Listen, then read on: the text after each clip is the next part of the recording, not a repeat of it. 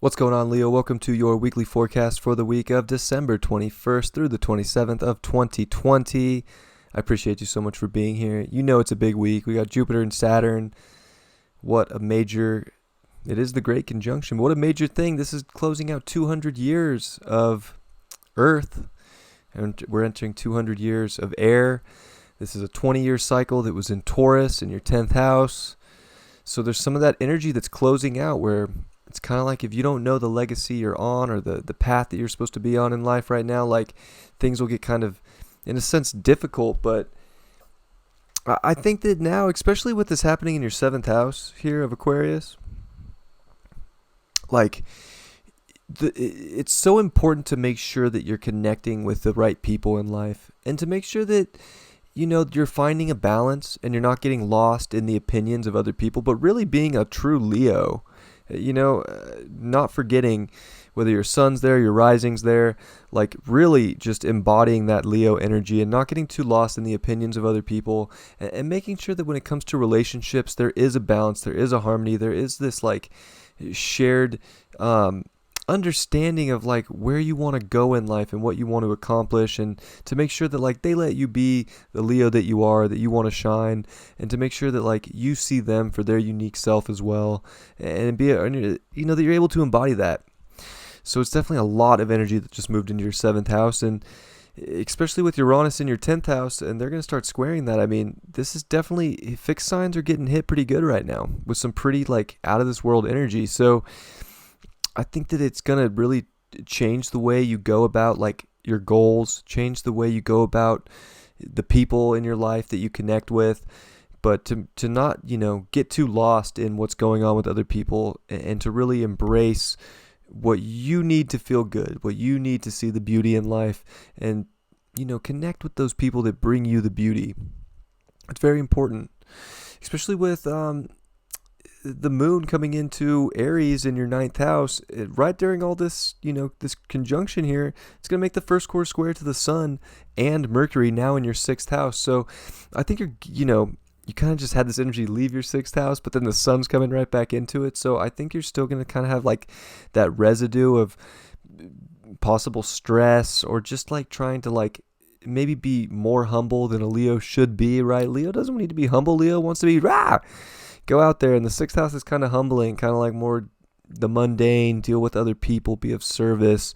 And I think you definitely want to be of service, but I think you need to be of service by being your true, authentic self and really shining and lighting the way for people and understanding that. And I would say, especially with the moon and Chiron, like you're kind of like the great teacher right now with Chiron in your 9th house, and the moon's kind of like lighting that up, making you really feel it this week. Like you have a lot to show others, and I think that Leo needs to make sure that they're stepping up into that light and embodying that sun and showing people that, you know, they don't have to live a mundane life. They don't have to live just a daily routine. Like they can really break out, like, because you just went through it with a crazy 6th house transit for the last, 3 years with Saturn, last year with Jupiter, and Pluto's been there since I think 2012.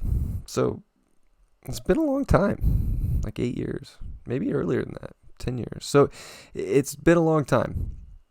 And I think that now it's time to kind of like really shine, really show people that, it's kind of like be the great teacher. And like there could be a wound around wanting to really put your truth out there, really show what you can offer people, or share that wisdom of how to get through this world. And I think that that's something that needs to be just brought out. And that's like the greatest service to self, is being yourself. And I think that that's important. Especially with Mars too in your 9th house. Like I think that you want to explore a lot of new stories in life. And I think it has to deal with people, especially with Mars squaring Pluto this week in your 6th house. Again, I think that like you're really trying to get to the bottom of the reality you want, but you don't want to overanalyze it.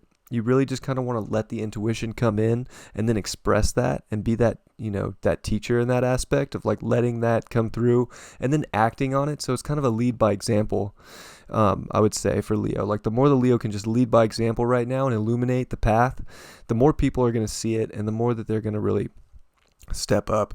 But it can bring, these times can bring stress, with the sun in the sixth. So I would say that it's also important to still make sure your health is good. Make sure you're doing the little things that make your life better, that do open up the doors in your life to go after whatever it is, to explore the world that you want to create.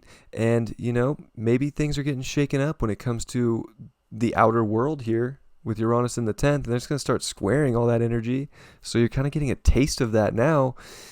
But, the way you connect with people is going to shape your outer world, and making sure that you're connecting with the people that really let you embody your truth and your power is so important.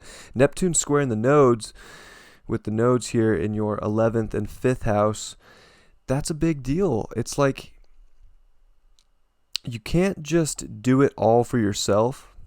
I think that you have to be yourself, put your truth out there, but not be selfish, but make sure that you're doing it for the better good of the collective, and that you're connecting to the right people and the right groups that are going to take you into the future you really want. And that's, I think, a very powerful aspect in itself. And Venus in the 5th too is really nice. So I think that the more that you do embrace your heart and you do open up to the right people, the better you're going to feel. And, make sure that you're like paying attention to your heart more than anything, and like trusting that if it doesn't feel right in your heart or in your gut when it comes to other people, that's the kind of energy you kind of want to disconnect from, and make sure that you're connecting to the right people. So this is energy that's going to be around for the next 20 years. Even though it's a weekly horoscope, like, this is how important a week like this is. So definitely start getting people in I don't want to say in order in your life, but make sure that like you are analyzing the right energies that you want to be taking on, and then bringing that light, bringing that wisdom to the collective is a big deal too. We got the Page of Wands reversed. Interesting.